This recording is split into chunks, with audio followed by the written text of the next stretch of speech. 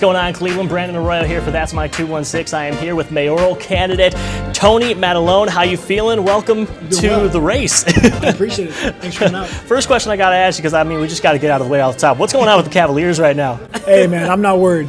Same start as last year, and we're coming back home, so we're good.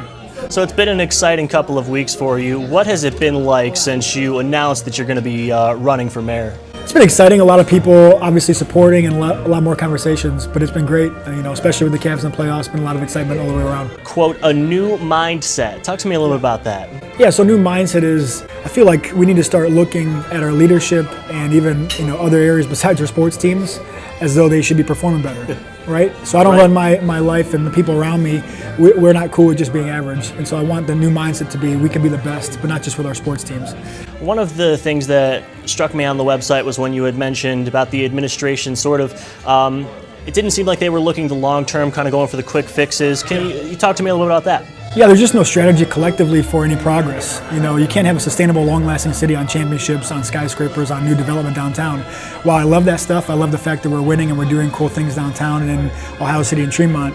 You're not going to be able to change anything unless you focus on foundational issues, which I think our administration hasn't been doing for a while. And the website is a great place to go out there and get a lot of the information, a lot of the stances that Tony has on these issues. If you want to go check that out, we'll put a link for it right there, and you guys can go check that out. One of the big things that stuck out to me as well is your stance on transportation and wanting to make some changes there. Can you talk to me a little bit about that? Yeah, well, everything, like I said, is connected. And so in order to give somebody the ability to get to a job, for example, you have to give them access to transportation. A lot of these communities don't even have access to that. And our administration isn't really focused on transportation if we don't have a Department of Transportation. And so the first thing I would do in office for transportation is actually create a department where we're focused on transportation. We can focus on getting better funding, providing better routes, and then changing our transportation system. You found a lot of success in the entrepreneurial field. Fresh Brewed Teas has just been, it's exploded. It's huge. Talk to me a little bit about Fresh Brewed Teas. How's it going? For people that may not know too much about it, can you tell me a little bit about it? So I started Fresh Brewed Teas about 7.5 years ago, and the first shirt that we did was for Josh Cribbs and a little contract dispute he had with the Browns at the time, and it showed up on ESPN. It kind of launched the company. Within a year and a half, we had an NFL player license, which means we could do things for all the players in the league.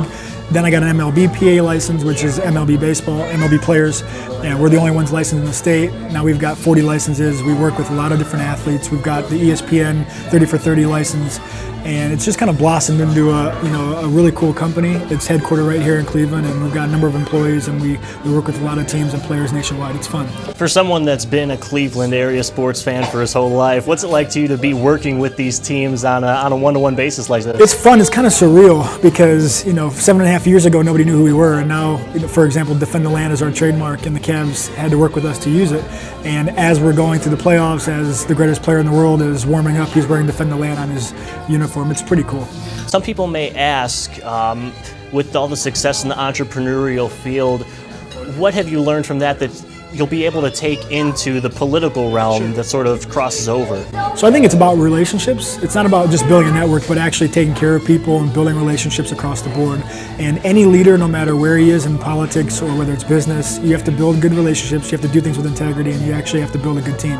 And that's what I've done. All my success is because of the people around me, not because of me. And I don't know everything. I find people that do know everything, and I bring them to the table.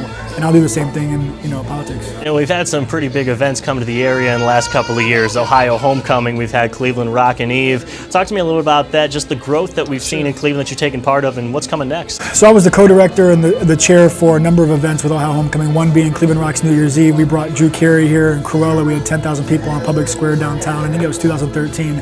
And just to see people's excitement, that was before Public Square was renovated, one of the last events down there. We also renovated a high school. In 2011, we renovated Martin Luther King High School in Huff.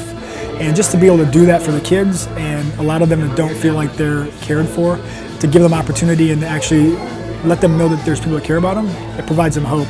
And so those are, a few small things that we've done, but on a larger scale that we can really affect people. And that's why I'm running for mayor. And that's what I want to ask you. For some people, this may be their first impression of Tony.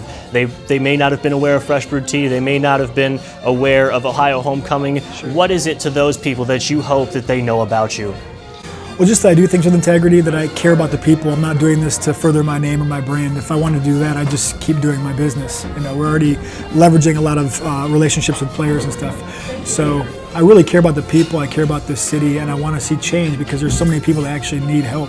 And there just isn't an administration that cares about them right now. All right, Tony, I appreciate you talking with us. Thank you so much. He is running for mayor. You guys can go check him out again at the website and get his stance on several issues over there as well. But that's my 216. I'm Brandon Arroyo.